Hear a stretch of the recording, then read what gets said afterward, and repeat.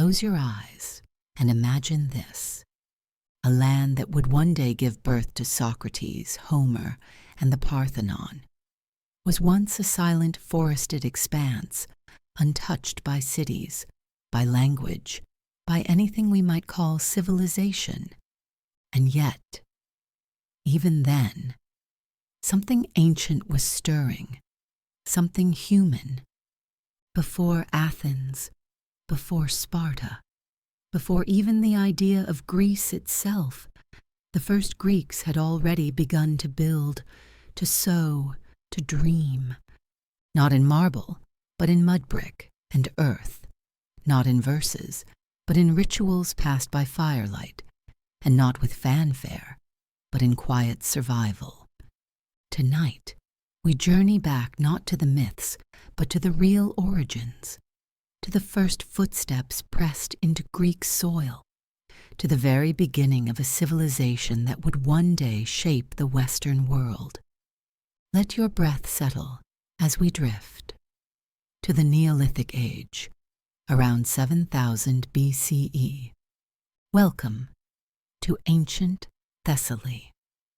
At the time, this region of what we now call Greece was a fertile, low-lying plain warmed by a soft Mediterranean climate. The last ice age had long ended.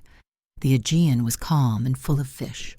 The forest teemed with deer and wild boar. But what set these first people apart was that they began to settle. They chose to stop wandering, to cultivate, to domesticate, to root. This was the beginning of agriculture in Greece, the Neolithic Revolution, a quiet but permanent shift. We know them best through two ancient sites, Sesklo and Dimini, among the oldest permanently inhabited settlements in Europe. Archaeologists estimate they were occupied as early as 6800 BCE. In Sesklo, homes were built from sun-dried clay bricks placed on stone foundations. These weren't just huts, they were planned. Some had multiple rooms, courtyards, and even second floors. It was a world of careful design, long before writing existed to describe it. The people of Sesklo planted emmer wheat, barley, and lentils. They raised sheep and goats, later pigs and cattle. They stored food in large ceramic jars, sealed and buried to preserve through the seasons. They crafted tools from obsidian, imported from the volcanic island of Milos, over 200 kilometers away. This tells us they had not only craftsmanship, but trade networks. They sailed, long before Odysseus, across the Aegean, not for conquest, but for stone. And what of their art? Their pottery, painted with swirling patterns in red and cream, is some of the earliest decorative ceramic in Europe. It wasn't just functional. It was aesthetic. Even 9,000 years ago, humans were creating beauty. We also find figurines, often stylized female shapes with exaggerated hips, perhaps goddesses, perhaps ancestors, perhaps symbols of fertility or protection. We can only guess, but their presence suggests belief. And then there is death. Burials at Sesklo and Dimini are intimate, bodies placed in fetal position, often within or near homes, accompanied by tools, beads, or animal bones, evidence perhaps of rituals or of belief in an afterlife. This wasn't a primitive world. It was a structured social and possibly spiritual society. Just a few kilometers away, the site of Dimini emerged centuries later, around 4,800 BCE, and shows even more complexity. Dimini featured a central courtyard ringed by concentric walls, 6 in total, suggesting the beginnings of social hierarchy, or perhaps religious spaces. Some scholars believe Dimini had a chiefdom, a small ruling elite, possibly religious in nature. Others believe the circular plan had symbolic meaning, perhaps mimicking the celestial cycle or emphasizing unity. Dimini is also where we find signs of early wine-making. Jars containing traces of tartaric acid, a key component of wine, suggest that grape fermentation was already practiced over 6,000 years ago. Imagine that, wine being poured in ceremonial cups in a courtyard under stars, long before Dionysus ever had a name. So why does this matter? Because these people, without stone monuments or bronze weapons, were laying the foundation of Greek identity, a life tied to the land, to beauty, to memory, to cooperation, and most importantly, to choice. They chose to stay, to plant, to remember. They lived in a time we often call prehistoric, but they were already building the preface to history. Their tools may have been made of stone, but their world was full of ideas, and though they left behind no temples, they left behind rhythms that would echo into the ages, in how they farmed, how they cooked, how they honored the dead, and how they shaped the land with care. As you rest now, let your mind drift into the courtyards of Sesklo, the painted jars of Dimini, the soft light of fires glowing in mud-brick homes. The first Greeks are long gone, but their hands are still visible in the soil, their dreams still whisper in the stones, and their legacy begins here. Let your breath match the ancient rhythms, and let the story continue. You are still drifting, cradled by time, gently gliding from the mainland of ancient Thessaly, across the blue Aegean, to the island of Crete. If the story of the first Greeks was a whisper in the soil, then here, on this sun-kissed island, the whisper becomes a song. Not of war, but of waves. Not of kings, but of rituals. Not of conquest, but of ceremony, of dance, of color. Welcome to Minoan Crete, a place that rose not with swords, but with ships, where peace reigned, at least for a while, and where civilization blossomed in harmony with the sea. It is now around 3000 BCE. Crete is isolated, but vibrant. Its shores are ringed with natural harbors. Its valleys are rich with olive trees, grapes, and wild herbs. Its mountains protect its inner heart and hide ancient secrets. By 2700 BCE, the people of Crete, the Minoans, as we now call them, were building something new, something the world had never seen before. The name Minoan comes later, coined by archaeologist Sir Arthur Evans in the early 20th century. He named them after King Minos, the mythical ruler of the labyrinth. But the people who lived here, we don't know what they called themselves. Their voices are lost, but their world, it still speaks through walls, colors, stones, and silence. The most stunning remains of Minoan life are the palaces. But forget what you think a palace should be. These were not fortresses. They had no great outer walls, no arrow slits, no towers for defense. They were open, flowing, like the minds that built them. Knossos, the largest of them, was not just a building. It was a city in itself. Over 1,000 rooms connected by staircases, corridors, and light wells, workshops, storehouses, shrines, courtyards, all built with such grace and complexity that even today we struggle to map it fully. It was here that the legend of the labyrinth was born, a twisting, unknowable maze said to hold the Minotaur, and in truth, walking the ruins today, it's easy to feel lost, to sense that something deeper once stirred in these stones. The Minoans wrote, but only barely. Their early script, Cretan hieroglyphic, appeared around 2000 BCE. Later, they developed Linear A, a system of writing used mainly for religious and administrative purposes. We still can't read Linear A. It remains undeciphered. A rare enigma in the ancient world. We know they used it for inventories, offerings, and trade, but their literature, if it existed, is gone. And so, we look elsewhere. To their art. Minoan frescoes are some of the most vivid in the ancient world. They didn't depict gods with thunderbolts. They didn't glorify conquest.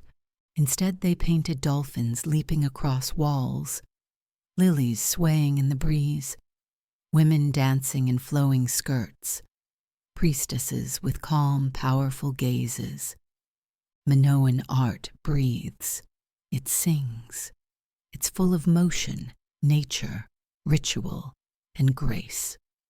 And then there was bull leaping, a central symbol of Minoan culture, depicted in numerous frescoes, was the image of an acrobat grasping the horns of a bull, leaping over its back in flight. Was it a sport, a ritual, a coming-of-age ceremony? We don't know for sure. But the bull, powerful, sacred, and deeply symbolic, was clearly central to their beliefs. And perhaps this is where the myth of the Minotaur was born. In their religion, the Minoans seemed to worship a mother goddess figure, often surrounded by animals holding snakes or flanked by birds. She was not distant. She was here, in the harvest, in the home, in the womb. Women likely held high ritual roles. Their prominence in Minoan art is unmatched in the Bronze Age world. There were no mighty war gods, no chariots of vengeance, only the rhythm of fertility, death, and renewal. In trade, the Minoans were masters of the sea. Their ships traveled across the Mediterranean, to Egypt, Cyprus, the Levant, and beyond. They traded olive oil, wine, ceramics, saffron, and luxury goods. In return, they brought home copper, tin, ivory, lapis lazuli. Crete became a hub, a node in a vast network of exchange, and because of this, their palaces were filled not just with wealth, but with ideas. Foreign motifs appear in their art, Egyptian scarabs in their tombs, Syrian seals in their archives. They were open, receptive, absorbing the world without being consumed by it. But no civilization lasts forever. Around 1450 BCE, something changed. A massive volcanic eruption at Thera, present-day Santorini, shook the region. The eruption, among the largest in recorded history, sent ash across the sky. It may have triggered tsunamis, ruined crops, disrupted trade, shattered faith. Soon after, many of the Minoan palaces, including Knossos, were destroyed by fire, and then they were rebuilt. But the art changed, the architecture stiffened, and new rulers arrived, not from Crete, but from the mainland, from Mycenaean. The Minoans were not conquered in a single blow. They faded, melted into the culture of their successors. Their language disappeared, their palaces fell, but their spirit remained. And centuries later, echoes of their world would resurface. In stories of Daedalus, Icarus, and the labyrinth, in myths of a great king, a monstrous bull, and a princess named Ariadne with a thread. As you drift now, imagine walking barefoot across the sun-warmed stones of Knossos. Dolphins leap across painted walls. A priestess raises her arms in silent welcome, and the sea breeze carries 1,000 forgotten prayers. The Minoans remind us that not all greatness comes from power, that beauty can build a civilization, that dance and ceremony can be stronger than steel, and that some mysteries are meant to remain. Let your breath soften. Let the waves of time carry you deeper to the next chapter The Mycenaeans are waiting. Their world is louder, heavier, but the roots still touch Crete. Sleep, dear traveler. The story continues. The wind shifts now, gently, carrying us away from the soft painted courtyards of Minoan Crete, the mainland of ancient Greece, to a harsher world, but one still steeped in myth, in splendor, and in shadow. You are entering the land of golden masks, of stone fortresses, of warriors and kings, a land whose ruins inspired stories of Helen, of Achilles, of Agamemnon, stories so powerful they survived for 3,000 years, half remembered, half invented, but rooted in something real. This is the world of the Mycenaeans. It is now around 1600 BCE. The island of Crete has begun to fade, and rising from the hills of the Peloponnese is a new power, built not with flowing frescoes, but with walls of limestone and thunder. The first true Greek-speaking people emerge. The Mycenaeans, named after their most famous city, Mycenae, the seat of a king, and perhaps a legend. They inherited much from the Minoans, their art, their trade routes, even their script, but they made it heavier, sharper, more imposing. Where Minoans painted dolphins, Mycenaeans painted chariots. Where Minoans built open palaces, Mycenaeans built citadels, fortified and fierce. This was a world where strength was shown in stone. Let's begin in Mycenae itself. Set atop a steep hill, the city looks out over the Argive plain. Its walls, known to later Greeks as Cyclopean, are made of massive boulders. So massive, in fact, that ancient visitors believed they were built by giants, by cyclopes, not men. You can still walk through the Lion Gate, its carved beasts guarding the entrance with silent, timeless eyes. Beyond the gate lies a world of palaces, granaries, temples, and grave circles. In Grave Circle A, unearthed in 1876 by Heinrich Schliemann, golden death masks were found. The most famous of these, the so-called Mask of Agamemnon, stared up at us from the past, serene and unknowable. Was it truly Agamemnon? Probably not, but the symbolism remained. This was the age of kings and memory, and the Mycenaeans were not alone. Other cities thrived in the mainland. Pylos, home of the wise King Nestor. Tiryns, with its mighty Cyclopean blocks. Thebes and Athens, still young, still finding shape. Together these formed a network of palace centers, each ruled by a local king or wanax. Each center controlled outlying villages, collected taxes in the form of goods, and stored vast amounts of grain, oil, and wine in giant ceramic jars known as pithoi. They had bureaucracies, scribes, archives. And here we find writing. The Mycenaeans adapted the Minoan script, Linear A, into something new, Linear B. And Linear B we can read. It was a syllabic script, used to record inventories, trade, religious offerings, and administration. Most of what we know about their world comes from these clay tablets, preserved by fire when the palaces burned. They tell us of palaces with hundreds of workers, weavers, bakers, potters. Detailed rationing systems for grain, oil, and livestock. Lists of deities, including familiar names like Zeus, Poseidon, Hera, and Hermes.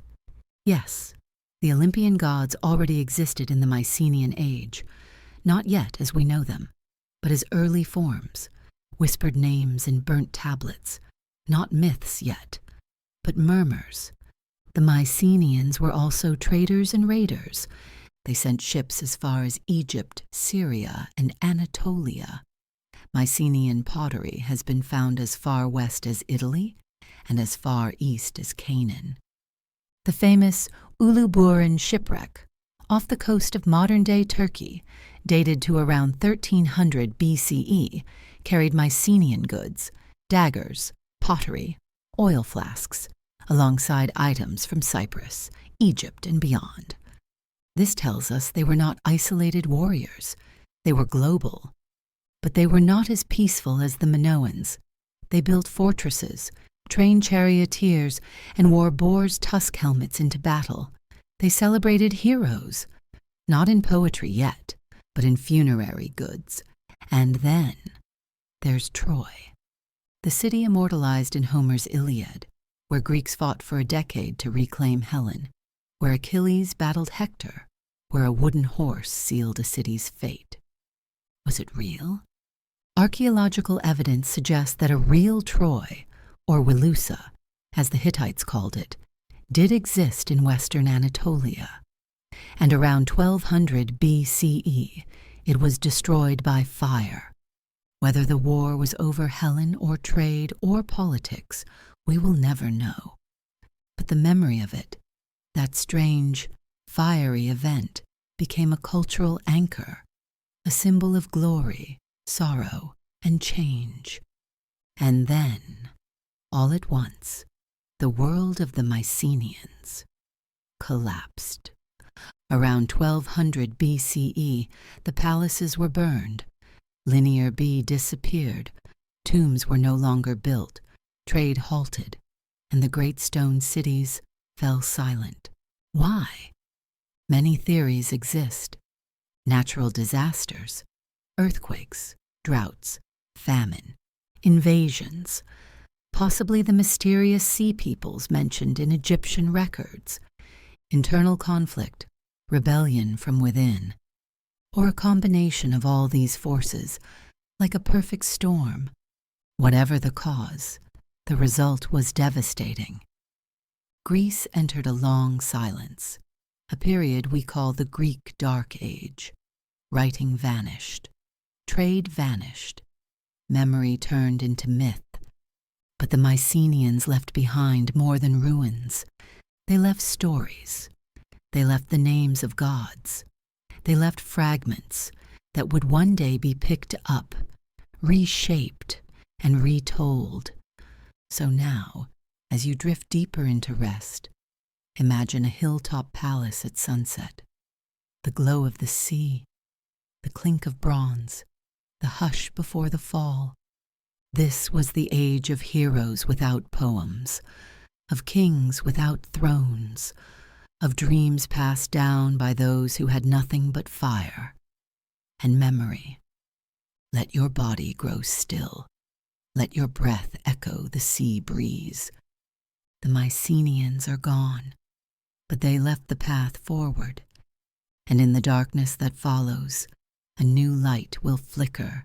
Sleep now, dear traveler. The story continues. The bronze has gone cold, the fires have died. The great halls of Mycenae, Pylos, and Tiryns stand abandoned, silent, their golden masks buried, their scripts burned, their kings forgotten. You are now entering the Greek Dark Ages, a name we give not because the world ended, but because the light of record fades. And yet, within this darkness, new rhythms form, new shapes take root, and though the palaces fell, the people did not. Let's listen gently to what remains in the silence. It is around 1100 BCE. The Bronze Age has collapsed, not just in Greece, but across the eastern Mediterranean. The Hittite Empire in Anatolia, gone. Cities in Syria, Canaan, Egypt, burned, abandoned, reshaped. Trade routes shattered. Luxury goods vanished. In Greece, every major Mycenaean palace lies in ruins. Linear B, the only known script of the time, disappears. The archives fall silent. There is no writing, not for 400 years. But people still lived. This is crucial. We must not think of these centuries as empty. They were not. Villages remained.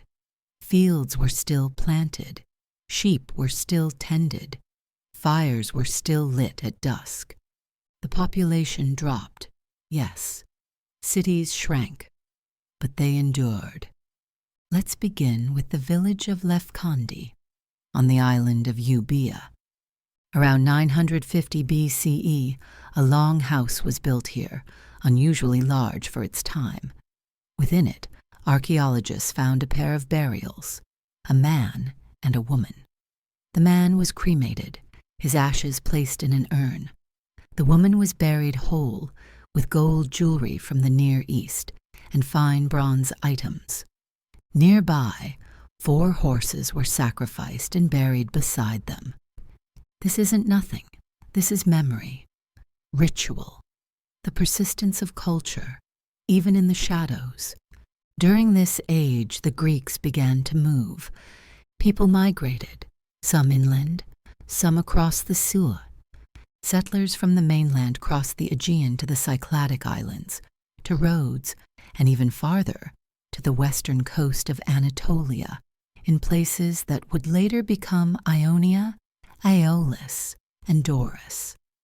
This was the beginning of a pan-Hellenic identity, even if no one could name it yet. Different dialects of Greek developed, Ionic, Doric, Aeolic, spoken in lands that would one day form poetry, science, and philosophy. The Dorians, in particular, have long captured imaginations. According to legend, they swept down from the north and overran the old Mycenaean world. Was this a real invasion or a slow migration? The archaeology suggests something softer, not a tidal wave, but a slow erosion and replacement of elite structures.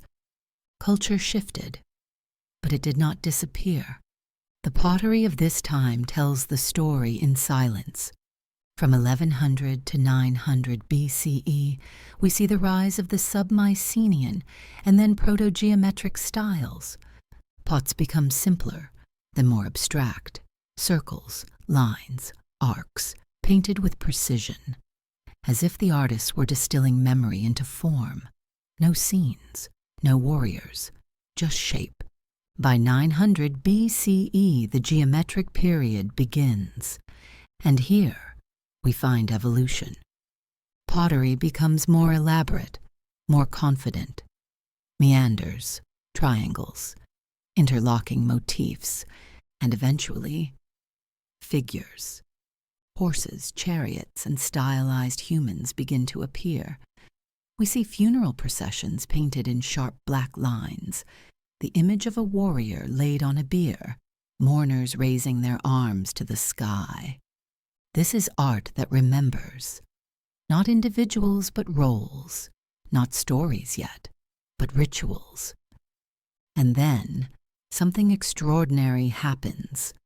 Sometime around 800 BCE, the Greeks begin to write again. But this time they borrow an alphabet. From the Phoenicians, the great sailors of the Eastern Mediterranean, they adapt a script and modify it to suit their own language. This new writing system, what we now call the Greek alphabet, was revolutionary. It included vowels. This may seem small, but it allowed for the first time the precise recording of speech, poetry, song. Writing would no longer be just for merchants and priests. It could capture feeling, breath, story. This alphabet, with letters like alpha, beta, gamma, would shape the entire Western tradition. And it began. In the dark. With writing returned, the Greeks began to preserve memory in a new way. And out of the long oral traditions of this age emerged something powerful. An epic, a poem, a voice. Homer. Was he one man, a name for many, a myth? We may never know. But sometime around 750 BCE, the Iliad and the Odyssey were composed. Epic tales passed by memory, shaped by rhythm, spoken aloud in fire-lit halls. They told of the old world, of Achilles, Hector, Helen, Odysseus. But they also reflected the new, the world of oikos, the household, of Xenia, the sacred bond between guest and host, of kleos, glory earned and remembered. These were values forged in hardship. They were the memory of the Mycenaean world, reborn in verse. And with these epics came something more: shared identity. Suddenly, Greeks across distant lands in Ionia, Attica, Boeotia were united not by rulers, but by story. They had no king of kings, no central government, but they had Homer, and in his verses they found themselves. Let us not call this period a dark age. Let us call it a quiet age, a time of rebuilding, of remembering, of transforming. Yes, the palaces fell, but the people adapted. They passed memory through voice. They shaped clay into meaning. They gave form to rhythm. And in doing so, they prepared the way for something new. As you rest now, let your thoughts fall silent like the ashes of Mycenae. But know that even in silence, life stirs. Even in darkness, roots grow. A new world is forming, and soon the light will return. Sleep well, dear traveler. The dawn of archaic Greece awaits. No writing, no records, no monuments, just scattered villages, just memory. What happens to a civilization when it loses its voice? For nearly 400 years after the fall of Mycenae, the Greeks had no alphabet. No kings wrote laws, no poets wrote verses, no generals carved their victories into stone. And yet, somehow, they remembered. They remembered a time before ruin. They remembered heroes who fought before tall gates. They remembered voyages past islands with singing monsters. They remembered gods who walked among men.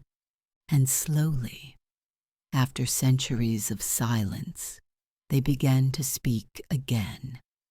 It is now the 8th century BCE. The Bronze Age is long gone. The palaces are rubble, the archives burned. But on the island of Euboea, in the bustling port towns of Chalcis and Eretria, something extraordinary begins.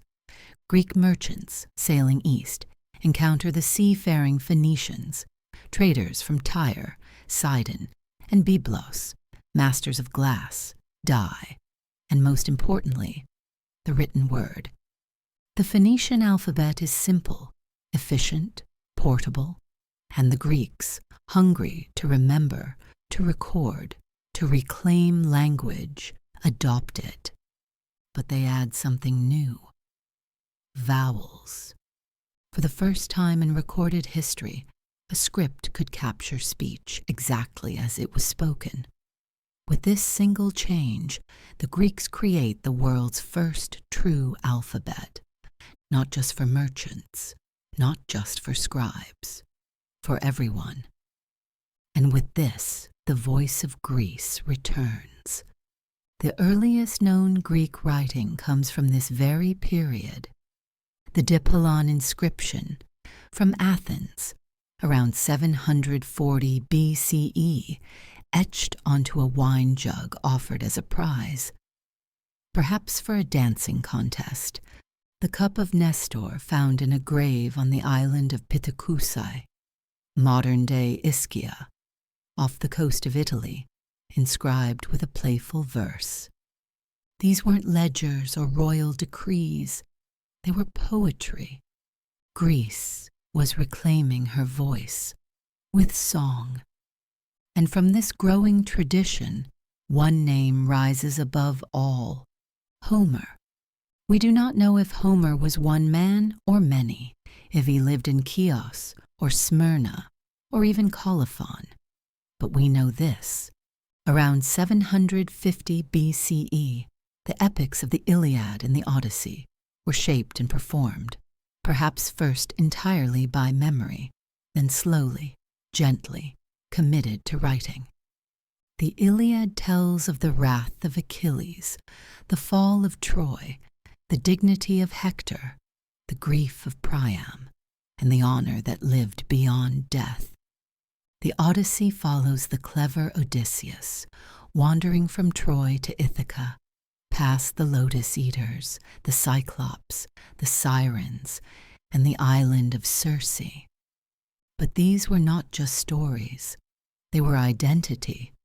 They were memory passed down from the ruins of the Mycenaean world, and they were performed in a rhythm designed to live in the body: dactylic hexameter, a meter like a heartbeat, like footsteps on dusty roads. Elsewhere, another poet rises: Hesiod from the town of Askra in Boeotia. His theogony recounts the birth of the gods, from Chaos to Gaia, to Uranus, to Kronos, to Zeus. It organizes the divine world, gives it genealogy and cosmic structure. His Works and Days is more humble. It speaks to the farmer. It teaches justice, hard work, and reverence for the seasons. In Hesiod, we hear the voice of common life, of sowing and reaping, of struggle and duty, of a Greece beyond kings and heroes. As writing spreads, so do other forms of expression. Cities begin to write laws. One of the oldest is from Dreros in Crete, carved in stone around 650 BCE, the Great Retra in Sparta. The reforms of Lycurgus, though semi-legendary, shape a militarized society of equality and order. Solon in Athens in the early 6th century BCE will soon follow with his own reforms, forbidding debt slavery, dividing society into classes, and laying foundations for democracy. But for now, in the 8th century, writing is still sacred, used for hymns, dedications, and verse. At sanctuaries like Olympia, Delphi, and Delos, inscriptions appear, thanking Apollo, Zeus, Artemis, names of donors, of victors, of poets. And as words return to stone, so do cities return to life. The polis, the Greek city-state, begins to bloom. More than just a town, a polis is a community of citizens. It has its own agora, marketplace, acropolis, high place, and often a protective wall. It holds festivals, declares wars, and passes laws. Some of the earliest and most influential polis include Athens in Attica, Sparta in Laconia, Corinth, Argos, and Thebes, Delphi, the spiritual heart of Greece, Rhodes, Eretria, Chalcis, Samos. Each polis is small, often fewer than 10,000 citizens, but proudly autonomous. And yet they share language, religion, and myth. All Greeks knew they were not barbaroi, foreigners, but Hellenes. And what bound them? Not kings, not territory, but culture. They worshipped the same Olympian gods. They competed in the same Pan-Hellenic Games, the first Olympic Games held in 776 BCE in honor of Zeus. And they told the same stories of Troy, of the Argonauts, of Thebes and Athens. Let yourself breathe slowly now. The Greek alphabet has returned. The gods are speaking again. Homer is reciting beneath the stars. Hesiod is sowing wisdom into the soil. A child in Corinth copies his first letters on wax. A potter in Athens inscribes a dedication to Athena. A traveler in Euboea hears the rhythm of a bard and remembers his ancestors. Greece has found its voice, and soon that voice will echo across the seas. Sleep now, gentle listener. The cities are stirring, the sails are being raised, and the Mediterranean is about to be filled with Greek names. You've heard the legends of Athens and Sparta. But what if I told you their greatness was not built alone? What if I told you the seeds of Greek civilization were scattered like stardust from the rocky shores of Ionia to the windswept cliffs of Marseille and even to the frostbitten coasts of the Black Sea? Welcome to the Archaic Age, roughly 750 to 500 BCE, a time when the Greeks didn't build an empire. They built a world. After centuries of survival and silence, the Greek polis, the city-state, rises as the center of life. Athens, Sparta, Corinth, Thebes, Eretria, Chalcis, each one fiercely independent, yet tied by language, religion, and shared heroic memory. But their lands are limited. The soil is rocky, food is scarce, so they turn to the sea not to conquer, but to plant. From Euboea, sailors launch west. Around 770 BCE, they found Pithecusae on the island of Ischia, in the Bay of Naples, possibly the earliest Greek colony in the west. Soon others follow. Corinth found Syracuse in Sicily in 734 BCE. Megara sails north and establishes Byzantium, future Constantinople, around 657 BCE. Miletus, the intellectual jewel of Asia Minor, sends out over 90 colonies, including Sinope, Trapezus, and Olbia along the Black Sea coast. Even Sparta, known for its inward focus, sends colonists to southern Italy to found Taras, today's Taranto, in 706 BCE. These are not outposts of conquest. They are full Greek cities with agoras, temples, and city councils. Their founders bring statues of Apollo, vases of olive oil, and copies of Homer's verses. They also bring their gods and plant them in new soil. The Greek colonies become hubs of exchange. In Massalia, modern-day Marseille, they trade with Celts. In Naucratis, in the Nile Delta, they live beside Egyptians. In Cyrene, they settle near Libyans. In the north, they meet Thracians and Scythians. In each case, the Greeks adapt and influence. These cities are not copies of their motherlands. They are mirrors shaped by distance, trade, and necessity. Back home, the mother cities evolve. In Athens, Solon emerges in 594 BCE, outlawing debt slavery, opening the path to citizen assemblies, and laying the groundwork for something the world has never known: democracy. In Sparta, the reforms attributed to Lycurgus create a rigid, militaristic system, where boys leave home at age 7, live in barracks, and train for war until 60. A society without luxury, without wealth, but with fierce cohesion. Elsewhere, tyrants rise, not always cruel, often effective. In Corinth, Clepsylus seizes power from the aristocracy.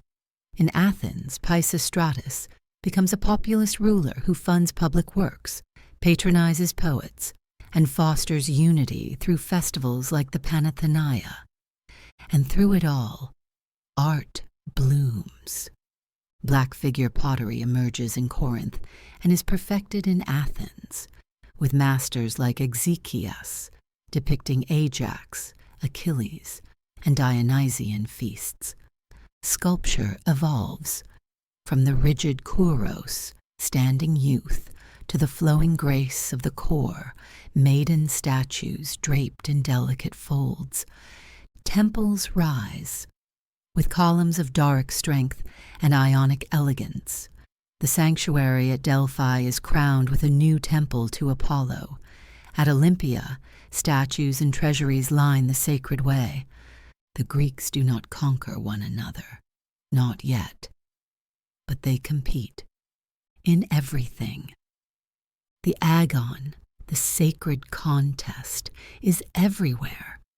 In athletics, the Olympic Games begin in 776 BCE, and by the 6th century, they are joined by the Pythian Games at Delphi, the Isthmian Games at Corinth, and the Nemean Games in Argos. In politics, cities compete for influence, prestige, and allies. In culture, poets like Archaic, Sappho, and Alcman explore love, rage, and the divine in new lyrical forms. In colonization, founding a city brings fame, a failed colony, dishonor. So the Greeks of the Archaic age do not build an empire of swords. They build a network of firelit cities, tied together by stories, shrines, and ships. They trade amphorae filled with wine from Chios, oil from Attica, and silver from Laurion. They share myths. They exchange poetry. They debate laws. They are rivals, allies, sometimes enemies. But together, they are Greece. Now rest, listener. The sails are full. The colonies are thriving. The games are sacred. The temples shine in marble light. Soon, these same city-states will clash, and out of their friction they will forge something unexpected, an idea, a revolution, a stage where reason and rhetoric will rise. But for now, let your thoughts drift like a trading ship across the Aegean. The world of the Greeks is vast, and the journey has just begun. Long before marble temples stood tall in Athens, long before philosophers asked questions under olive trees, the Greeks were already speaking to their gods, not in silence, but in song, procession, and flame. Theirs was a sacred world, a world where every mountain had a spirit, every river had a name, and every olive grove could echo with the footsteps of Artemis. They honored their gods the way they knew best, through ritual, rhythm, and gathering. By the 7th century BCE, the great sanctuaries of Greece were already thriving. Olympia, nestled in the green valley of the Alpheus River, was sacred to Zeus. Delphi, perched on Mount Parnassus, held the oracle of Apollo, where even kings knelt for riddles.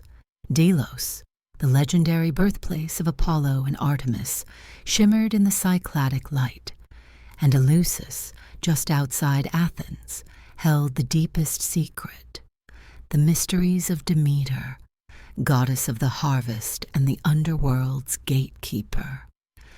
These were not just temples, they were spiritual capitals, pan-Hellenic centers where rival city-states lay down their arms to walk side by side in reverence. Every 4 years, the Olympic Games summoned the Greek world. First held in 776 BCE, the festival was part sport, part sacrifice, part legend. Athletes competed naked in the stadion race, Pancratian wrestling, chariot racing, discus, javelin. No gold medals, just a wild olive wreath cut from a sacred grove, and immortal fame in verse. Even wars paused. The Echecharia, or sacred truce, ensured safe passage for all. Poets like Pindar would later immortalize victors in hymns that echoed through time. At Delphi, the Pythian games honored Apollo's slaying of the serpent Python. These included not only athletics, but music, poetry, drama, for Apollo ruled harmony and reason. The Isthmian Games in Corinth and the Nemean Games in Argos completed the circuit of sacred competition, each festival held under divine watch, each contest a path to Arieta, excellence in body, mind, and spirit. But not all ritual was about strength. In Athens, the Panathenaea honored Athena Polias, the protector of the city. There were torch races at night, massive processions to the Acropolis, and contests in song and poetry. The festival culminated in the presentation of a peplos, a hand-woven robe, to the statue of the goddess herself. In Eleusis, the mysteries drew thousands, from humble farmers to Plato himself. What they saw inside the telesterion remains unknown, a secret held even now. But it promised one thing, a peaceful life beyond death for those who understood the sacred cycle of loss and return. And then came Dionysus, god of wine, of theater, of transformation. The city Dionysia in Athens would birth the art of tragedy and comedy. Citizens filled the theater of Dionysus to watch plays by Aeschylus, Sophocles, Euripides. These dramas, stories of gods, kings, and fate, were not mere entertainment. They were ritual offerings, public catharsis, moral lessons carved in language and music. In all of this, the Greeks found unity. Different cities, different dialects, fierce rivalries, but one shared faith, one shared rhythm. The beating heart of Greece was sacred time, marked in 4-year cycles, in feasts, in chants, in olive wreaths and roaring crowds. Temples echoed with music, theaters filled with verse, fields cleared for sacred games. And through it all, from Olympia to Delos, from the whispering olive groves of Attica to the torch-lit steppes of Eleusis, a civilization began to see itself not only as Greek, but as something united, something divine. What came next was not just political, it was a shift in the soul of a people, a quiet stirring. In the hills of Attica, a voice beginning to rise, not from an oracle, but from the people themselves. It began, not with a battle, but with a murmur. In the shadows of the Acropolis, long before the marble columns gleamed white in the sun, Athens was a city smoldering under quiet strain. This was the late 7th century BCE, and while Sparta raised warriors and Corinth gathered gold, Athens trembled on the edge of unrest. The ruling class, the Eupatridae, nobles by birth, held land, wealth, and all authority. They controlled the courts, the laws, the temples. The poor, meanwhile, sank deeper into debt. Some sold their children, others themselves. Farms were lost. Slavery became common. Tension grew like a storm cloud over the olive groves. And then, a poet was called to stop a revolution. His name was Solon, and in 594 BCE, he was appointed Archon, the highest magistrate of Athens. But Solon was no mere lawgiver. He was a merchant, a traveler, a thinker, one who saw the soul of a city more clearly than most saw its stones. He began with the Seisachtheia, the shaking off of burdens. Debts were cancelled, slaves freed, land returned. He forbade debt slavery forever. But Solon wasn't just cleansing injustice. He was reinventing Athens. He divided citizens into 4 economic classes, not by birthright, but by income. The wealthiest, the Pentacosio Medimnoi, could become generals. The poorest, the Thetes, could still vote in the assembly and serve in juries. He established the Bull of 400, an early form of parliament. He opened the courts to citizen appeals. He planted the fragile seed of citizen participation. And then he left, voluntarily, for 10 years, to let Athens breathe, to prevent the people from turning him into a tyrant. Solon traveled the eastern Mediterranean, to Lydia, to Egypt, to the court of King Croesus, whose name became legend for wealth. When asked what man was happiest, Solon answered not with kings, but with a humble Athenian who died defending his city.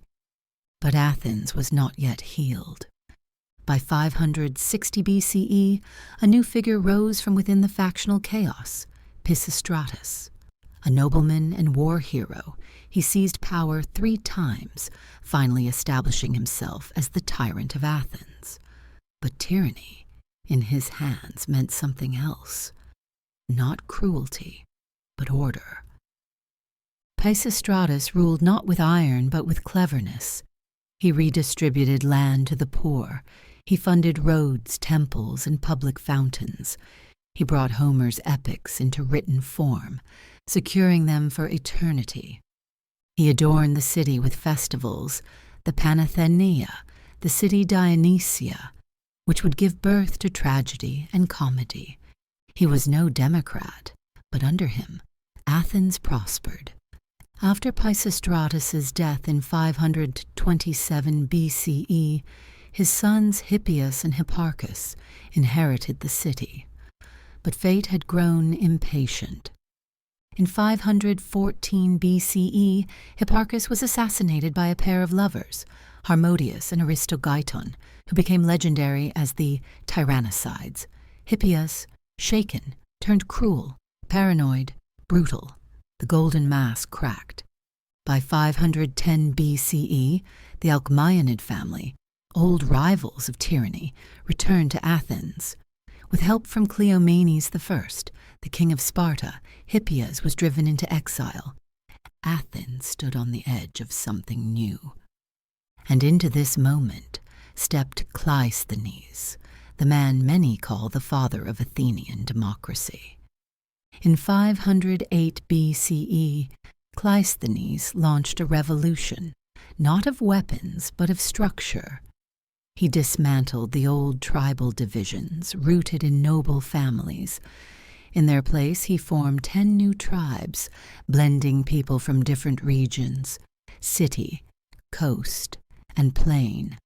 He expanded the bull to 500 members, 50 from each tribe, selected by lot.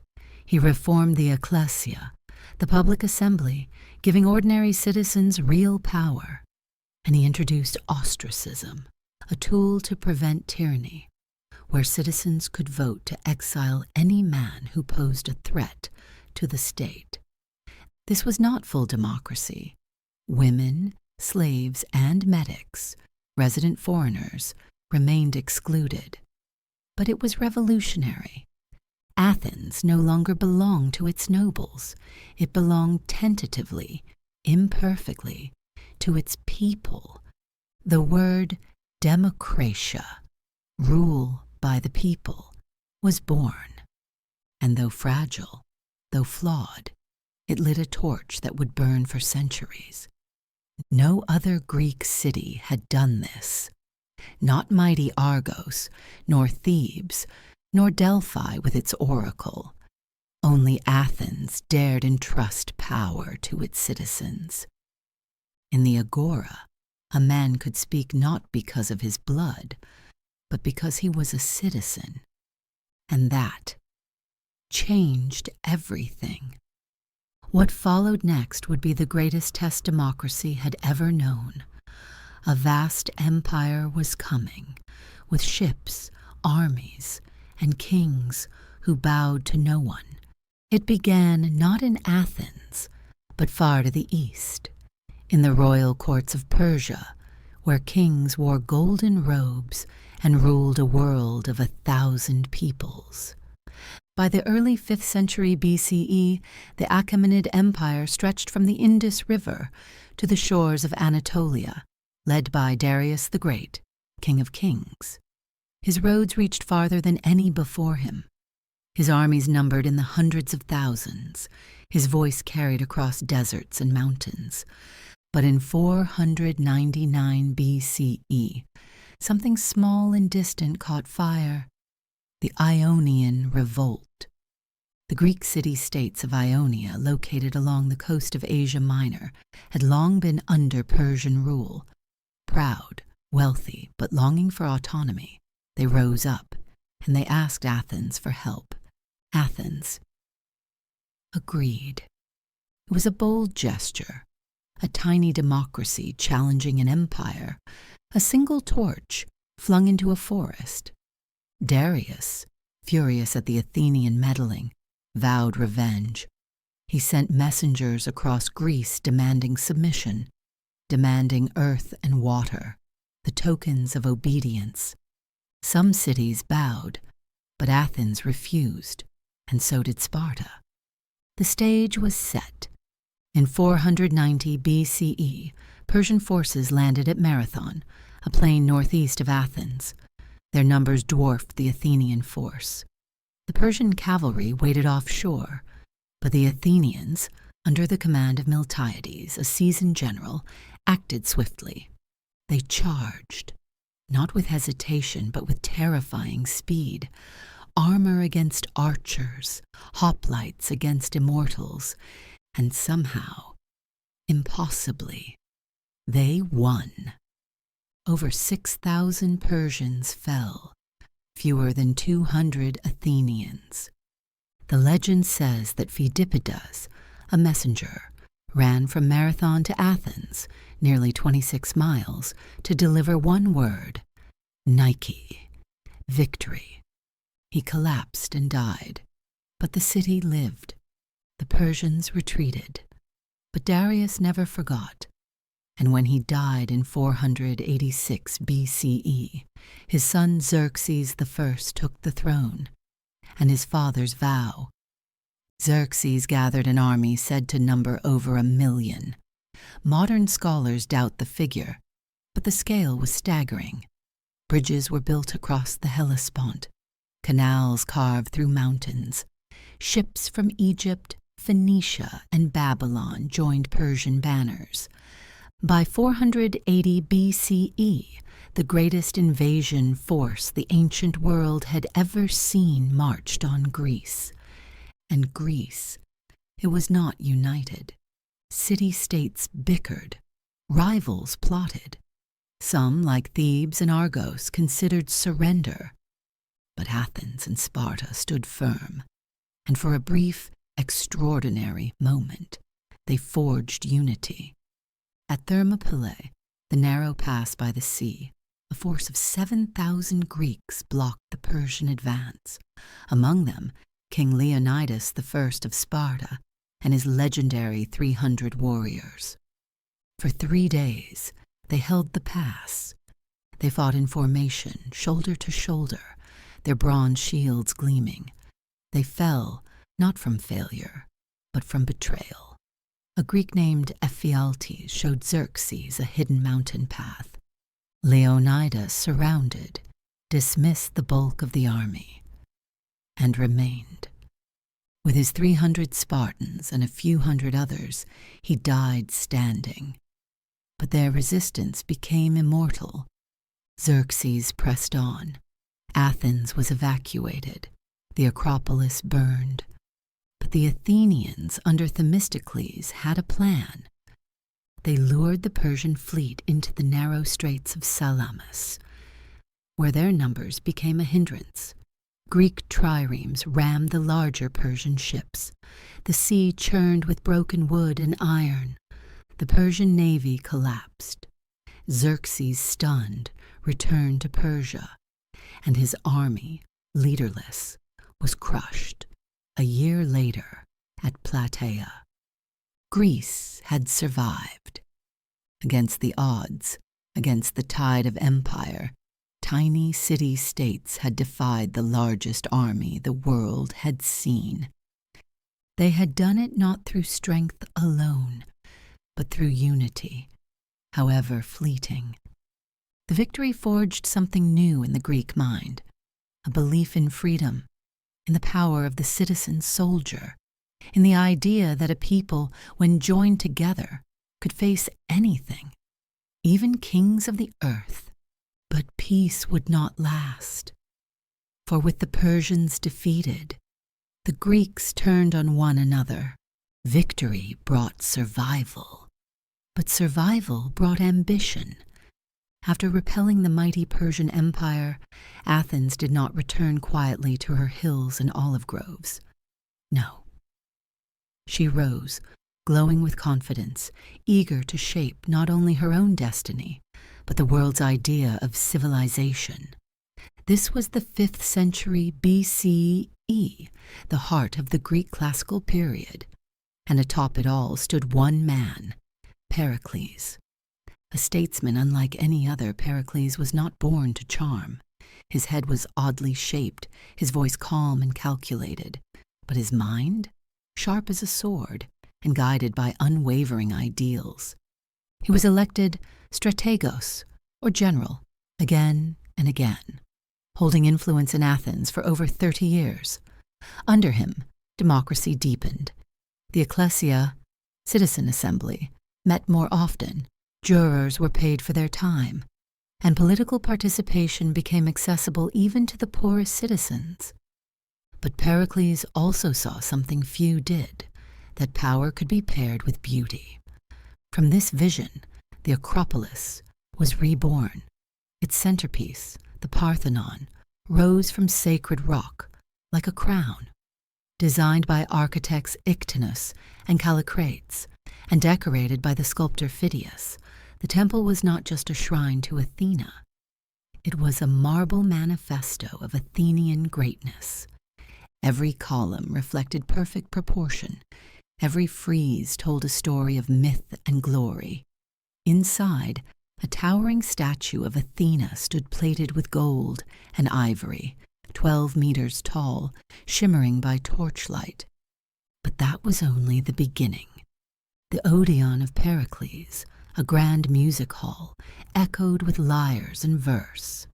The long walls, built under his orders, connected Athens to the port of Piraeus, making the city nearly invulnerable to siege, and public buildings, markets, stoas, and sanctuaries turned the city into a living museum of ideas. Athens had become the heart of an empire, the leader of the Delian League, originally formed to protect the Greek world from Persian return. But as tribute flowed in from cities like Ephesus, Rhodes, and Naxos, Athens began to assert control. She moved the League's treasury from Delos to Athens, and used the silver not just for ships, but for sculptures and symposiums. The Empire of Athens was no longer defensive. It was cultural, ideological, economic, and many Greek cities resented it. But within Athens, life thrived. Philosophers debated beneath painted colonnades. Socrates, barefoot and infuriating, asked questions that shattered certainty. He refused to lecture. Instead, he questioned, what is justice? What is virtue? Can anyone know anything at all? His students included Plato, who would carry his torch far beyond his time. The flame of philosophy had been lit. Meanwhile, the sophists offered paid instruction in rhetoric, logic, and persuasion, the skills needed in the law courts and assemblies. For many, they were saviors of free speech. For others, corrupters of truth. Art and theater reached new heights. Aeschylus, once a warrior at Marathon, wrote tragedies of gods and guilt. Sophocles gave the world Oedipus Rex, asking what happens when knowledge becomes poison. Euripides, the rebel, wrote of Medea and madness, and Aristophanes, with laughter and sharp satire, exposed the absurdities of war and politics in his comedies. The theater of Dionysus, carved into the southern slope of the Acropolis, held thousands. Here, in daylight and silence, Athenians watched mirrors of themselves, flawed, noble, hilarious, doomed. And every spring, during the city Dionysia, theater was sacred. Plays were offerings. The chorus danced not just for applause, but for the gods. Science and math, too, surged forward. Anaxagoras taught that the sun was a fiery stone, not a god. Democritus imagined atoms, indivisible particles shaping all matter. Hippocrates, the physician from Kos, laid the groundwork for medicine, separating illness from superstition. And Herodotus, the so-called father of history, traveled to Egypt, Babylon, and Scythia to write a record of peoples and wars, blending truth with hearsay, but always searching for meaning. Yet beneath the surface of all this brilliance, tension brewed. Women were largely excluded from the public sphere. They could not vote, own property independently, or participate in politics. Their world was domestic, bound by the walls of the home, though some, like priestesses of Athena or participants in religious festivals, wielded quiet spiritual power. Slavery, too, was embedded in the system. Even the most enlightened thinkers often accepted it as natural. Slaves worked in mines, tended homes, managed farms, and even served as police. And the Delian League? It had become an Athenian empire, in all but name. The city was gilded and glowing, but glowing things often cast long shadows, and in the south, the quiet eyes of Sparta never looked away. A city of spears and silence, Sparta viewed Athenian splendor with suspicion. The Spartans believed in discipline, hierarchy, and endurance. They had no Parthenon, no comedy, but they had hoplites and an unbreakable phalanx. The fragile unity from the Persian wars was now fraying. Greece had two great powers, and only one could lead. So while Athens marveled at its temples and sang at its festivals, history crept closer with a darker chapter, one that would pit brother against brother, stone against spear, democracy against discipline. The air in Athens, in the year 431 BCE, was heavy with pride and something quieter, more uncertain. For decades, the city had risen higher, stone by stone, thought by thought. Marble temples gleamed on the Acropolis, philosophers gathered in the Agora, ships lined the harbor at Piraeus, filled with goods, silver, and tribute. Athens was no longer just a city. She was an idea, a model, a power.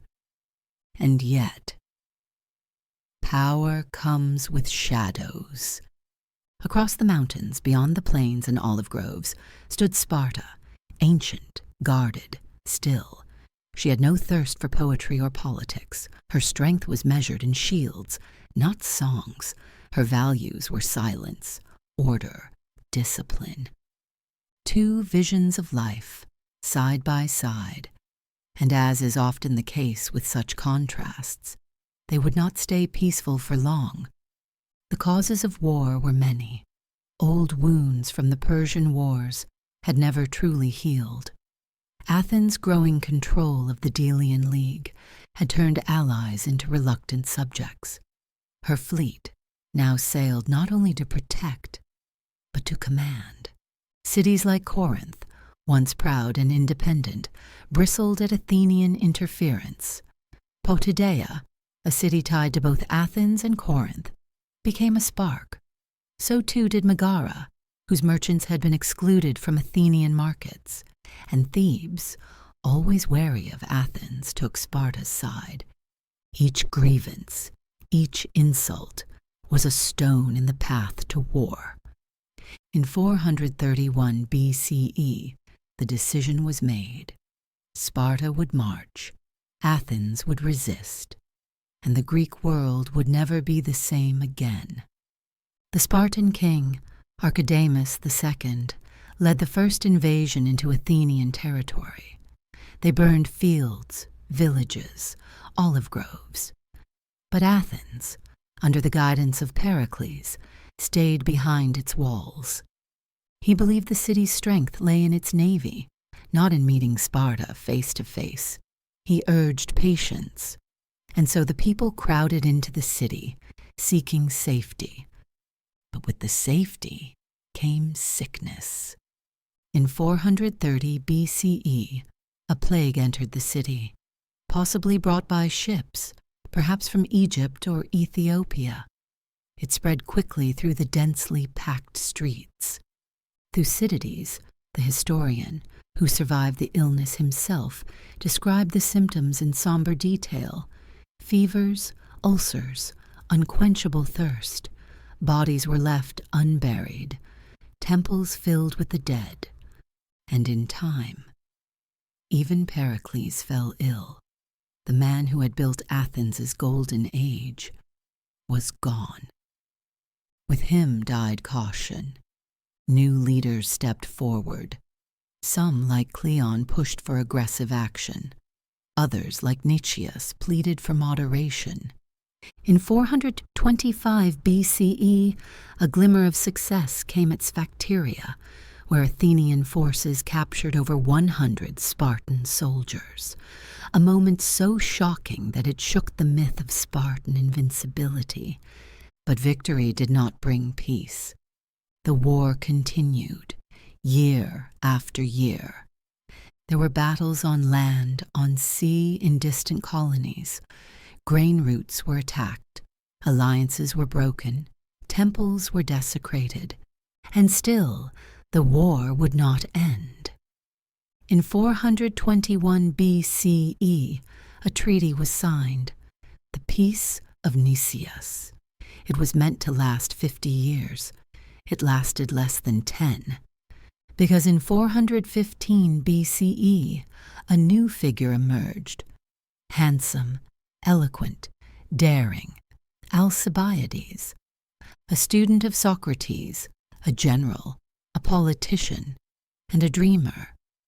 He convinced the Athenian assembly to support a vast expedition to Sicily, with the goal of conquering the powerful city of Syracuse. It was bold and doomed. The expedition began with promise. Over 130 triremes crossed the sea. Thousands of hoplites, sailors, and support crews made landfall. But before they could strike, Alcibiades was recalled to face trial for religious offenses, the mysterious mutilation of sacred statues known as Hermae. Rather than return, he fled to Sparta. And in a twist as strange as myth, he shared Athens' plans with its greatest enemy. Without his leadership, the Sicilian campaign faltered. The general Nicias, always cautious, hesitated. Gylippus, a Spartan commander, arrived to support Syracuse, and the tides began to turn. The final battle, in the harbor of Syracuse, was chaos. Athenian ships, trapped in shallow waters, were destroyed. Soldiers trying to escape were hunted or captured. The wounded generals, Nicias and Demosthenes, were executed. Thousands were imprisoned in the stone quarries outside Syracuse, left to suffer from sun, thirst, and time. The defeat was staggering. But even this did not end the war. Athens, wounded and shaken, built a new fleet, and Alcibiades, always shifting loyalties, returned to lead it. For a few years, victories came again: Cyzicus, Notium, Arginusae, moments of hope. But Sparta had found a new partner, Persia. With Persian gold and the leadership of Lysander, Sparta built its own navy. In 405 BCE, at Aegospotami, the Athenian fleet was destroyed, and with it, the last breath of resistance. The next year, 404 BCE, Athens surrendered.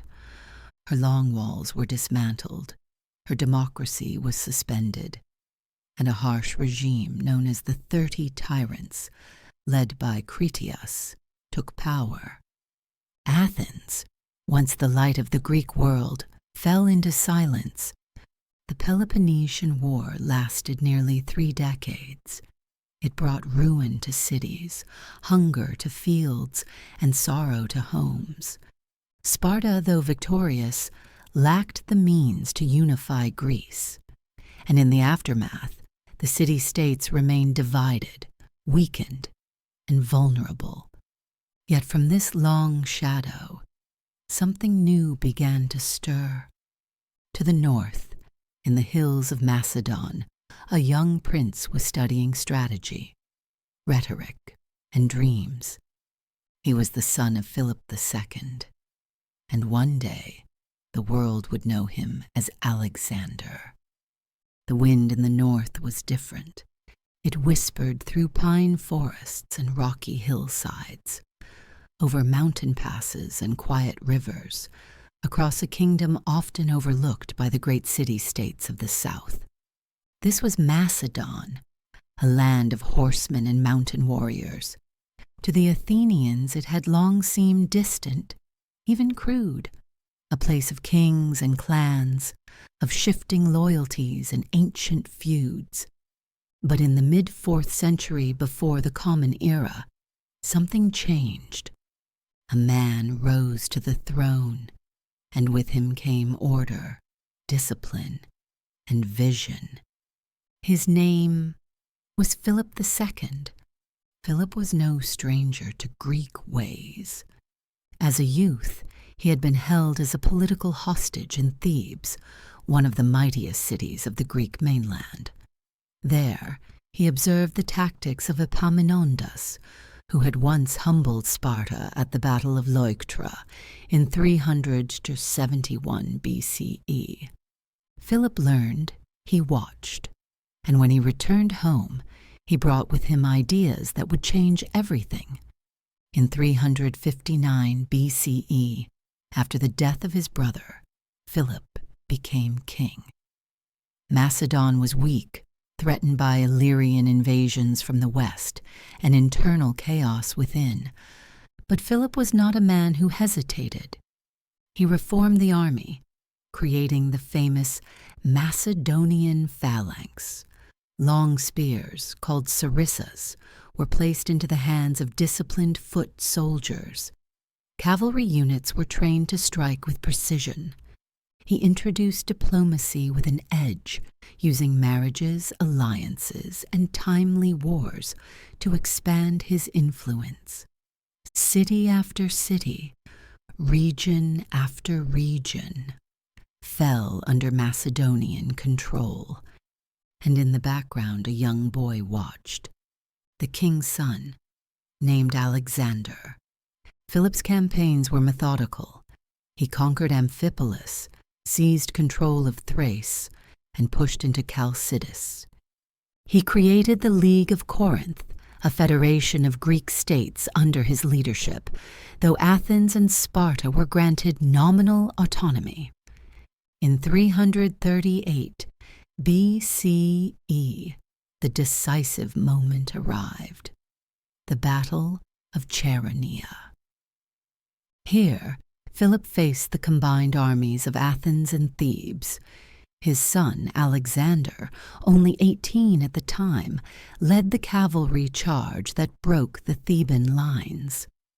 The Greek world was no longer ruled by Athens, or Sparta, or Thebes. It now bowed to Macedon, and yet the grandest plan was still forming. Philip announced his intention to invade the Persian Empire, that ancient sprawling power to the east. a campaign of revenge, he said, for the invasions of Darius and Xerxes, but also a campaign of expansion to unite the Greeks under a single banner against a common foe. But fate had other plans. In 336 BCE, at a celebration in Aegae, Philip was assassinated by a royal bodyguard. The reasons remain debated: court intrigue, vengeance, jealousy, perhaps all at once. The king was dead, and his son was now king, Alexander III of Macedon. He was only 20 years old. No one could have predicted what would follow. No one imagined that this young man, with clear eyes and boundless ambition, would cross deserts, scale mountains, and stand beneath the walls of Babylon. But that story, the journey of Alexander, belongs to the next breath of history. But fate had other plans. In 336 BCE, at a celebration in Aegae, Philip was assassinated by a royal bodyguard. The reasons remain debated: court intrigue, vengeance, jealousy, perhaps all at once. The king was dead, and his son was now king, Alexander III of Macedon. He was only 20 years old. No one could have predicted what would follow. No one imagined that this young man, with clear eyes and boundless ambition, would cross deserts, scale mountains, and stand beneath the walls of Babylon. But that story, the journey of Alexander, was just beginning. The king was dead, assassinated in the shadows of his own festival, in the royal city of Aegae, beneath banners that should have only seen joy. Philip II of Macedon, builder of armies, breaker of city-states, unifier of a restless land, was gone. The court held its breath. Eyes turned to the young man who stood next, not behind the throne. He was 20, clear-eyed, soft-cheeked, but still silent, sharp. He had been trained for this moment his entire life. And so, without hesitation, Alexander took the crown. The northern tribes moved first, testing the new king, probing his resolve. He answered not with letters, but with iron. He swept through Thrace, then crushed rebellion in Illyria. He stormed Thebes, which had dared rise up. The city was reduced to rubble in a single week, not as cruelty, but as warning. No one else challenged him after that. The Greek League, once skeptical, now followed him without protest. And so, in the spring of 334 BCE, he crossed the narrow sea that separates Europe from Asia, the Hellespont, the same waters once crossed by Xerxes and his massive Persian host. Alexander stepped ashore, spear in hand, and with one quiet breath, the campaign his father had only dreamed of became real. The Persian satraps were waiting. At the Granicus River near the coast of Asia Minor, they drew up ranks on the steep opposite bank. Their cavalry glittered in the morning light. Alexander's generals urged caution. The water was high, the slope treacherous. But he rode in anyway, sword drawn, helmet shining. His horse, Bucephalus, surged through the current. The river battle was brutal, muddy, confused, soaked with arrows and iron. A Persian axe nearly cleaved his skull, but he lived. And by the end of the day, sovereignty over Western Asia Minor belonged to Macedon. The cities followed: Sardis, Ephesus, Miletus, Halicarnassus. Some welcomed him with garlands, Others resisted and were taken. Alexander moved fast. He cut no path twice. He allowed local rulers to stay in power, so long as they swore allegiance. A conqueror, yes, but also a tactician. He wasn't only building an empire, he was shaping a legend. By 333 BCE, he met his true opponent, Darius III, King of Kings, master of Persia. The two armies clashed at Issus near the coast. Darius brought chariots, infantry, wealth, numbers beyond counting. But Alexander brought precision. He saw where the Persian line thinned and drove straight through. Darius fled again. His family, mother, wife, children, were captured. Alexander treated them with dignity and luxury, as if he already considered himself king of Persia. The symbolism was loud, and the silence from Darius even louder. Southward, Alexander turned. He came to Tyre, proud, walled, sitting on the sea. The city refused him entry, so he built a road from the mainland through the water to the island gates. A 7-month siege, a causeway still visible today. When the city finally fell, the punishment was terrible. It was war, it was warning, it was rage. And then he turned toward Egypt. Unlike Tyre, Egypt opened its arms. The Persian satraps surrendered without a fight. The people hailed him as a liberator. He traveled deep into the desert to the sacred oasis of Siwa. There, in the cool shade of palms, the oracle of Ammon Zeus whispered something to him. No one else heard the words. But after that day, Alexander no longer spoke of kingship alone. He began to speak of divine destiny.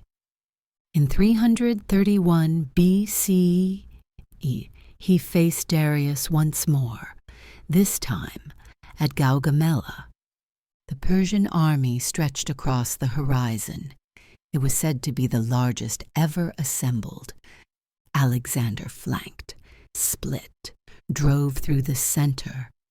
Darius fled again, and this time he would not return.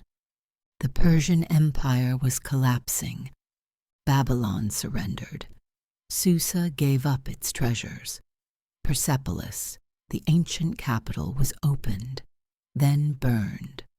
The ceremony of empire was over. But Alexander was not done. He moved east, to Bactria, where the winds whispered in another tongue, to the high valleys of Sogdiana, where rebellion bloomed like thorns. There he married Roxana, a local princess, not just for love, but for legacy. His empire was no longer just Macedonian. It was becoming something stranger, broader, heavier. He began to wear Persian robes. He introduced court rituals unfamiliar to his companions. He demanded prostration. He called himself not just king, but Lord of Asia.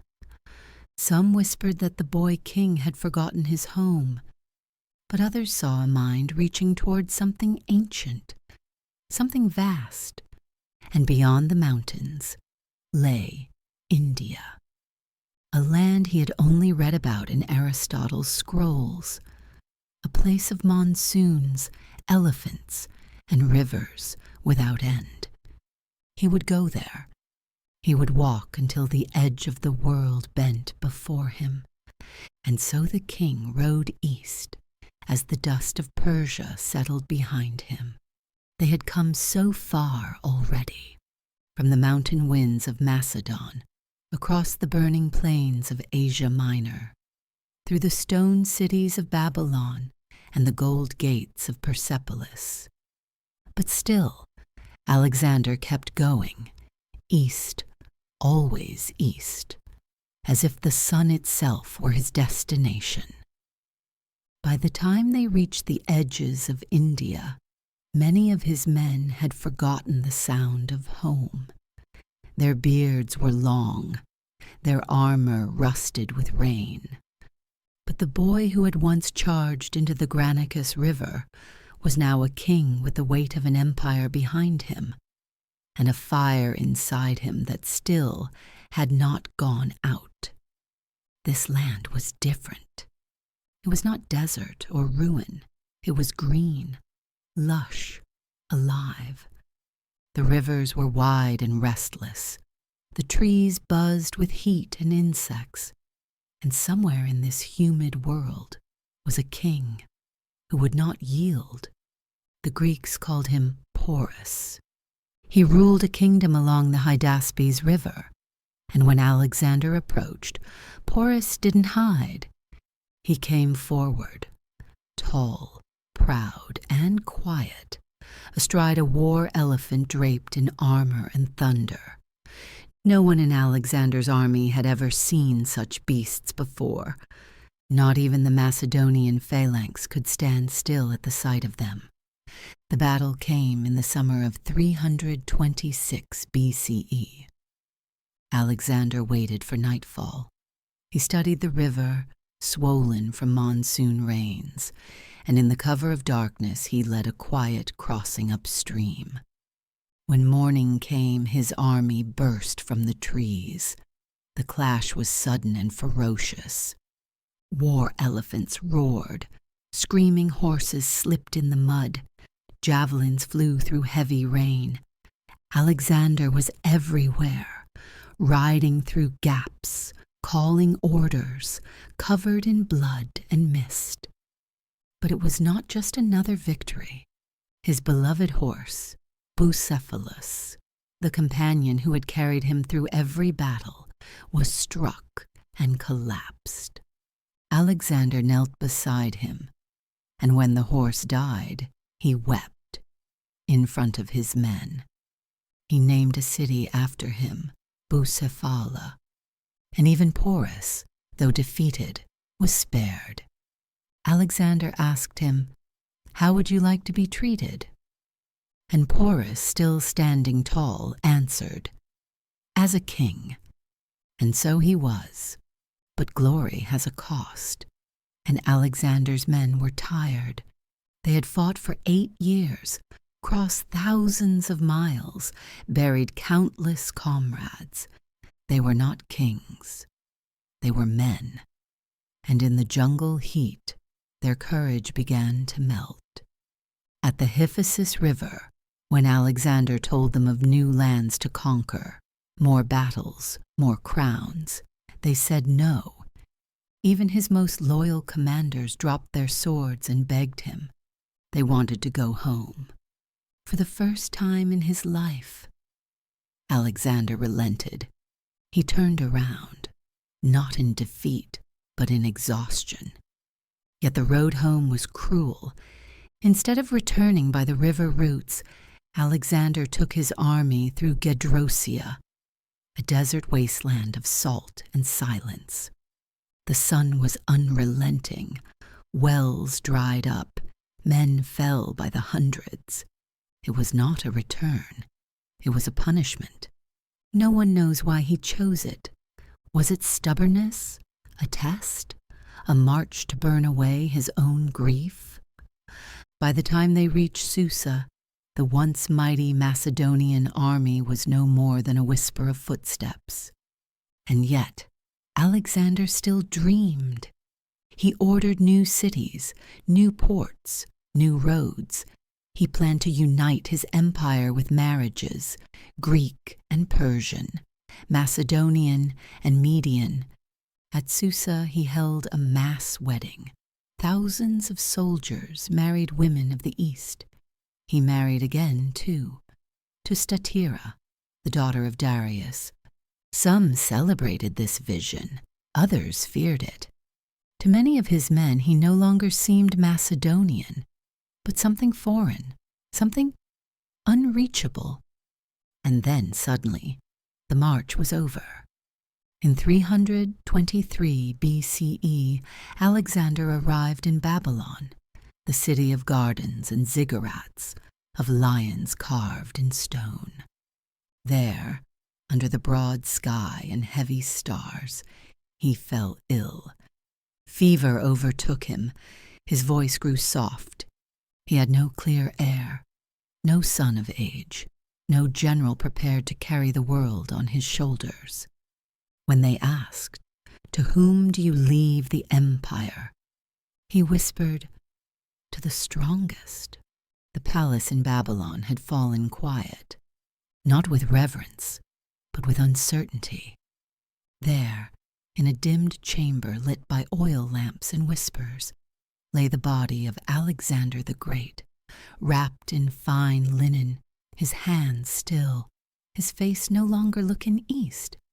He had once crossed deserts without maps, charged through rivers against armies twice his size, and spoken to oracles in languages older than Greece itself.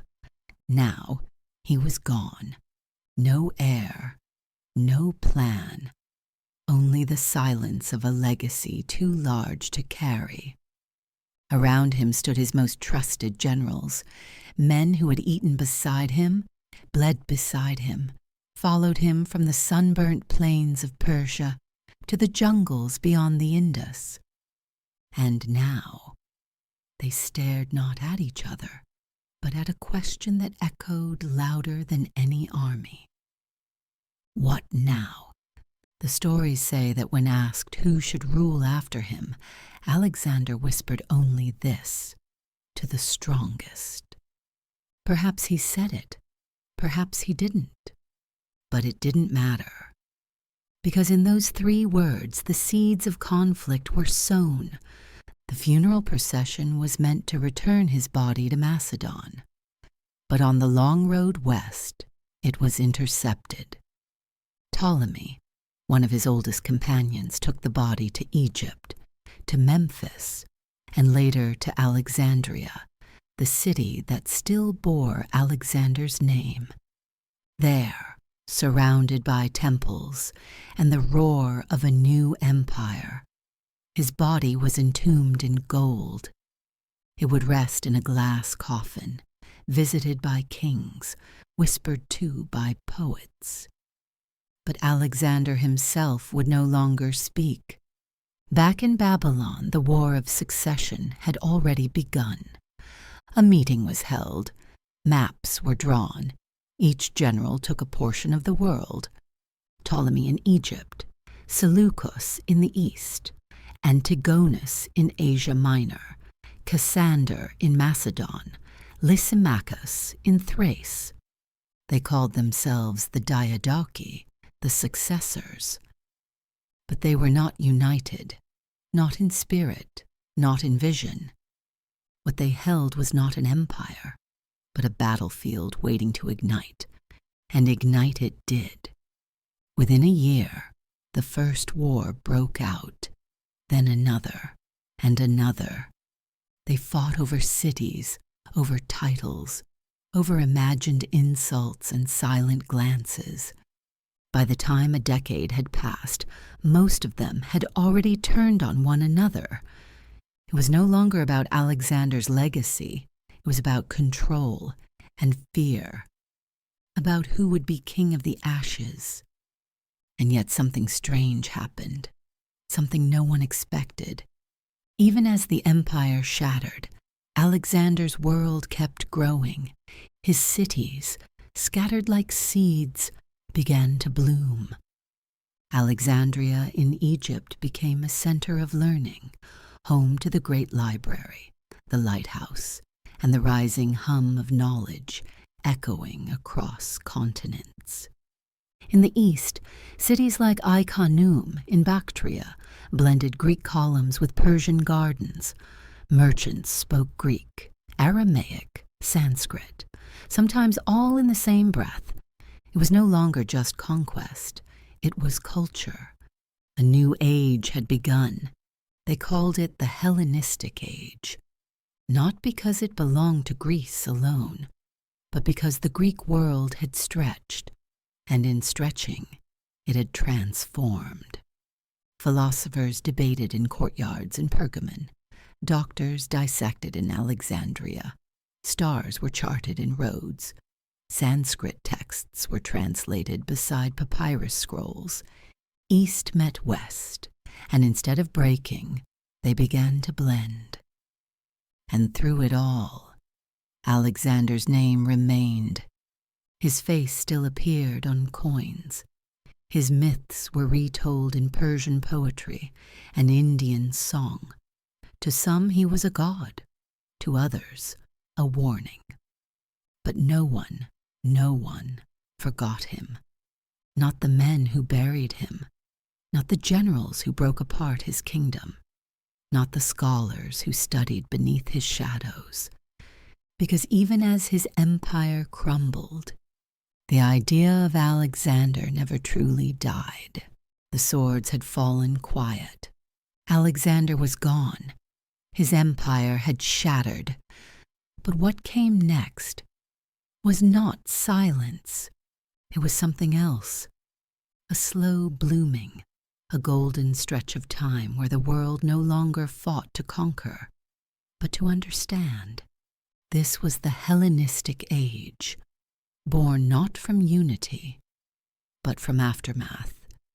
It began with the cities, dozens of them, seated across deserts, riverbanks, and mountain passes, each one stamped with Greek columns, but shaped by local hands. Alexandria in Egypt became the beating heart of this new age, a city of white stone and sea winds, of traders and thinkers, sailors and scholars.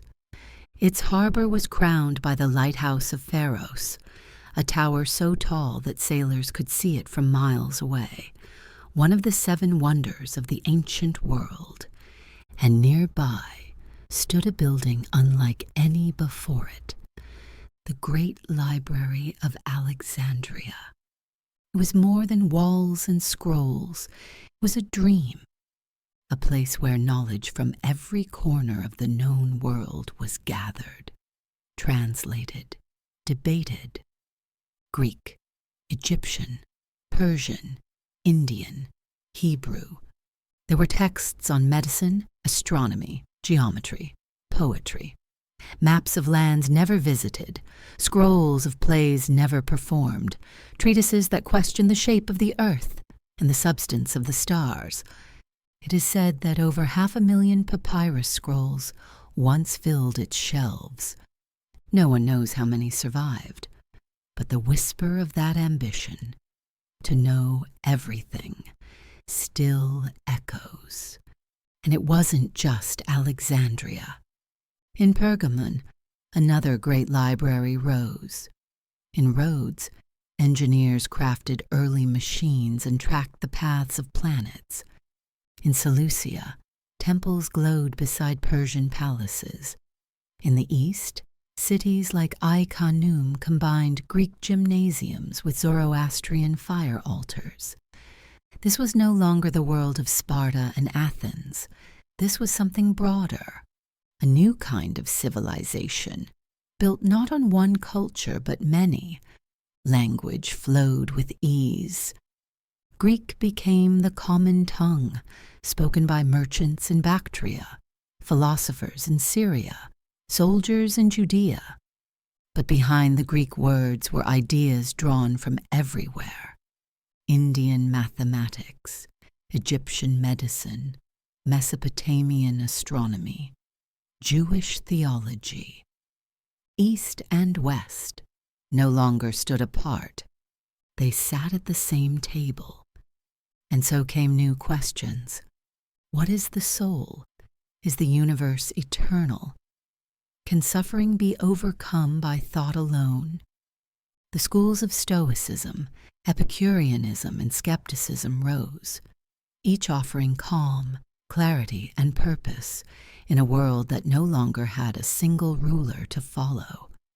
People turned not to kings, but to ideas. But of course not all was peaceful. The old rivalries simmered, wars flickered at the edges. The Diadochi still plotted, and the Roman Republic, growing in the West, watched with interest.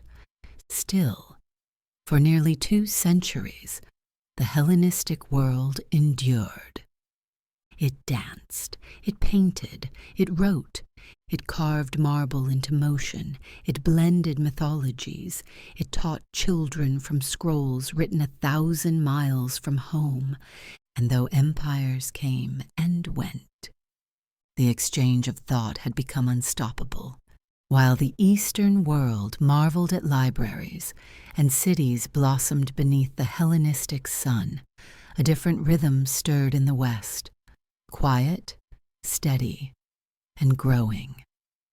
It came not from a palace, nor from a conqueror's cry, but from 7 hills above the banks of the Tiber River. There stood a city made of clay more than marble, of farmers more than kings. Its name was Rome.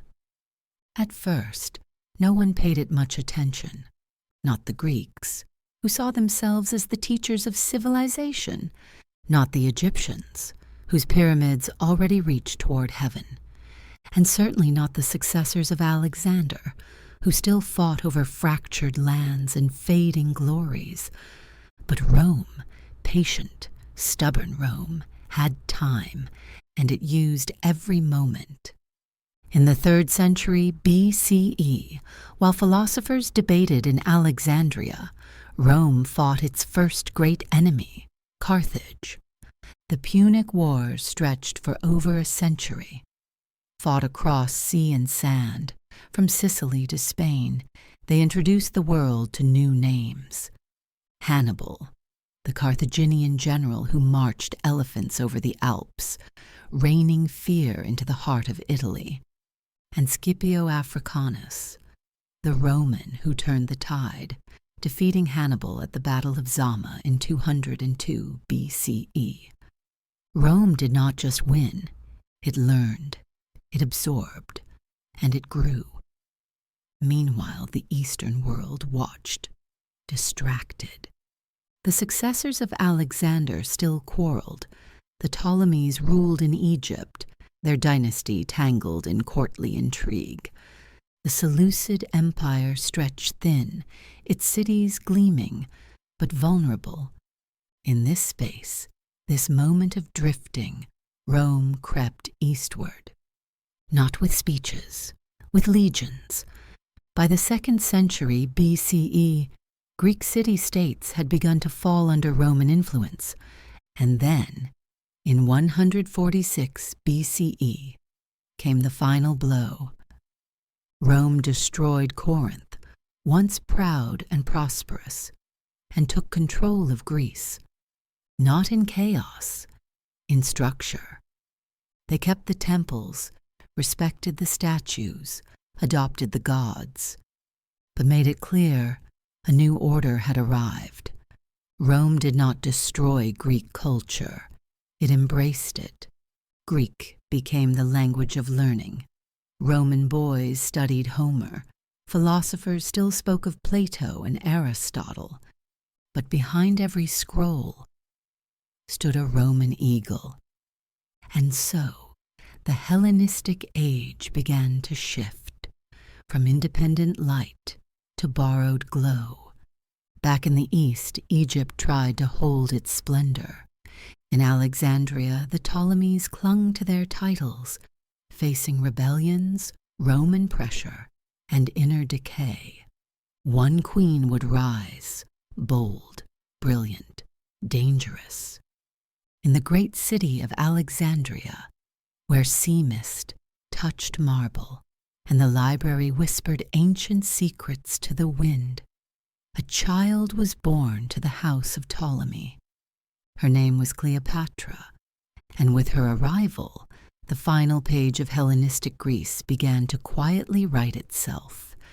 She was no ordinary princess. While the court spoke Greek, Cleopatra learned Egyptian, the first of her line to do so. She studied mathematics, philosophy, astronomy, medicine. She read scrolls by Homer, debated verses of Herodotus, and could speak as many as 9 languages. She was not merely royal, she was educated, and she was watching the world shift. Rome, no longer a distant republic, had become a looming presence. Its legions had marched across Greece, Asia Minor, Judea. Its politics reached across oceans, and now its eyes turned to Egypt. The Ptolemaic dynasty, once strong, had grown brittle. Rulers came and went, siblings fought, assassinations flickered like candlelight in palace halls. At just 18 years old, Cleopatra was named co-ruler, alongside her younger brother Ptolemy XIII. But soon that alliance crumbled. She was exiled, fled the court, watched her throne slip away, and then in one of history's most storied moments, she returned in silence. Smuggled into the palace, it is said she was rolled inside a carpet, unfurled before the feet of Julius Caesar, not begging, not pleading, but poised.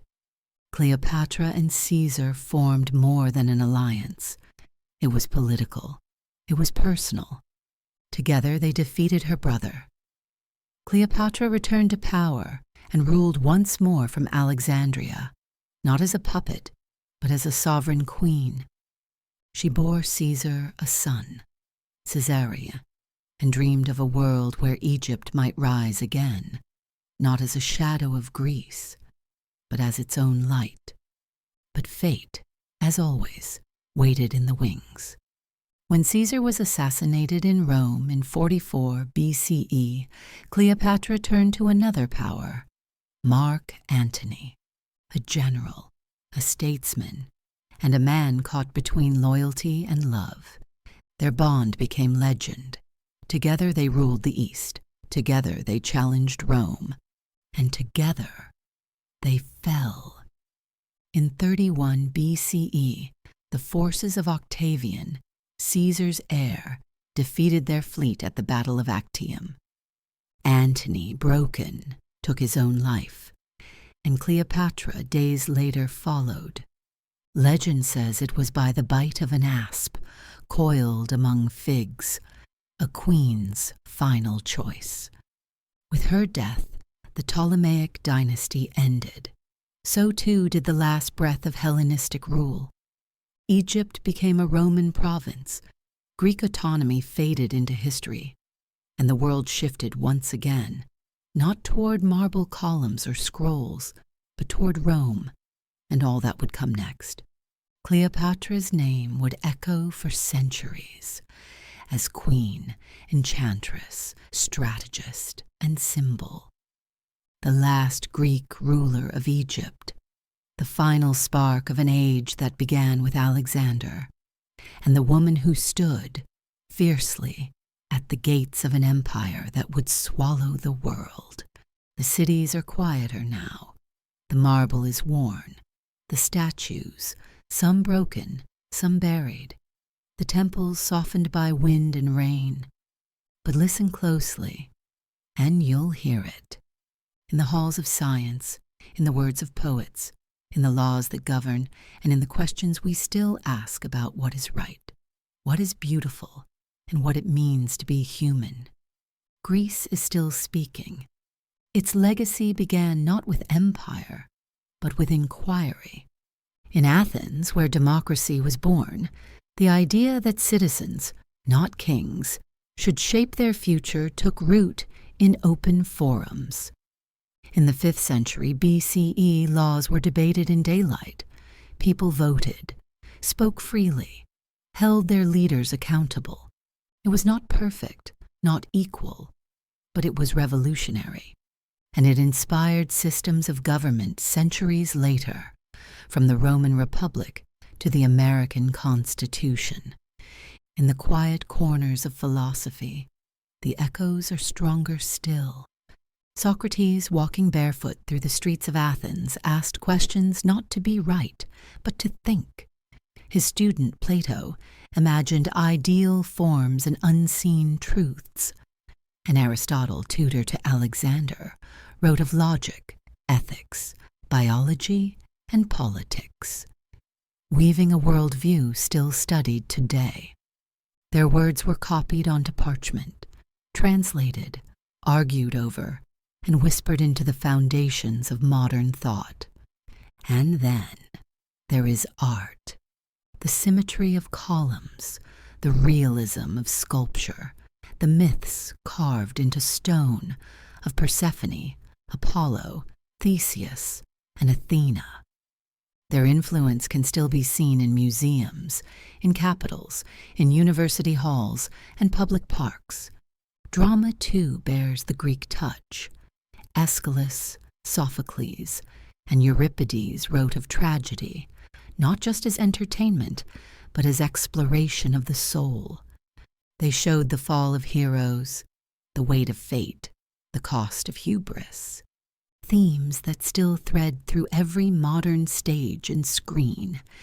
In science and medicine, the legacy breathes just as strong. Hippocrates laid the groundwork for ethical medicine. Euclid mapped the geometry of space. Archimedes explored physics centuries ahead of his time.